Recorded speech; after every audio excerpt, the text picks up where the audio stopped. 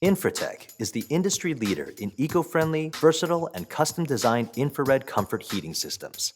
We offer a variety of mounting options, including wall mount, ceiling mount, pole mount, and flush mount. Because of its clean and seamless look, our flush mount installation option is a favorite among homeowners, interior designers, architects, and engineers. When installing our heaters, we always recommend using a licensed contractor. The flush mount frame is designed to work with either a W-series or wd-series heater. You can choose from two sizes, a 39-inch or 61-inch frame, which can house our heaters with wattages ranging from 2,000 to 6,000 watts. Before you get started, choose an area with a flat ceiling and a minimum of 2-inch by 8-inch studs. Please be sure the heater can face straight down when you recess it and that it isn't going to be too close to a ceiling fan or light fixture. The first step is framing the pocket with 1-hour rated fire-retardant drywall that will contain the heat. Begin by constructing a frame for the pocket that will house the heater. Use a minimum 5/8-inch drywall that is 1-hour fire-rated, also known as Type X drywall, to line the pocket. To frame a 61-inch heater, the finished opening should measure 65¼ inches by 11¾ inches. To frame a 39-inch heater, the finished opening should measure 43 inches by 11¾ inches.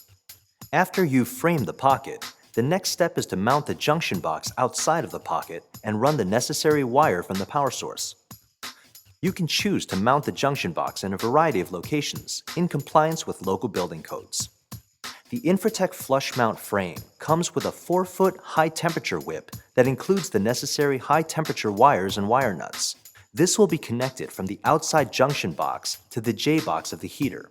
After drilling a hole into the upper half of the containment box, run the whip from the outside junction box into the pocket to be ready for the final electrical connection. If necessary, you may obtain longer-length, high-temperature whips from Infratech or your distributor. Infratech offers two suggestions for attaching the flush mount frame into the fire-retardant pocket. One method is to drill through the internal flanges and secure it to the inside of the pocket with wood screws that are a minimum of 2½ inches. If you're not covering the frame, this method will give the frames the cleanest look. It is important to take care not to over-tighten the screws, which could cause the frame to buckle.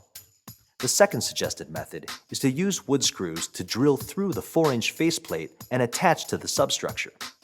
This works especially well if the faceplate will be covered.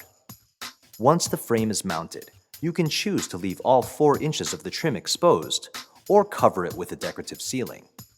You may cover the heater's trim with materials like drywall, plaster, stucco, or tongue-and-groove wood.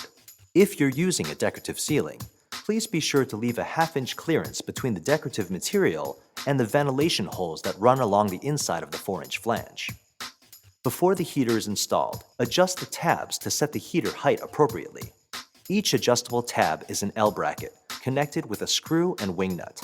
The heater rests on these adjustable tabs. You will have to lower each one and tighten it with the respective wing nut so that the heater is flush with the finished ceiling. Make your final electrical connection by attaching the whip coming from the outside junction box to the heater's J-box using the supplied high-temperature wire nuts. Simply lift the heater into place and make any minor adjustments. The installation is now complete. You are ready to enjoy the comfort of your patio year-round.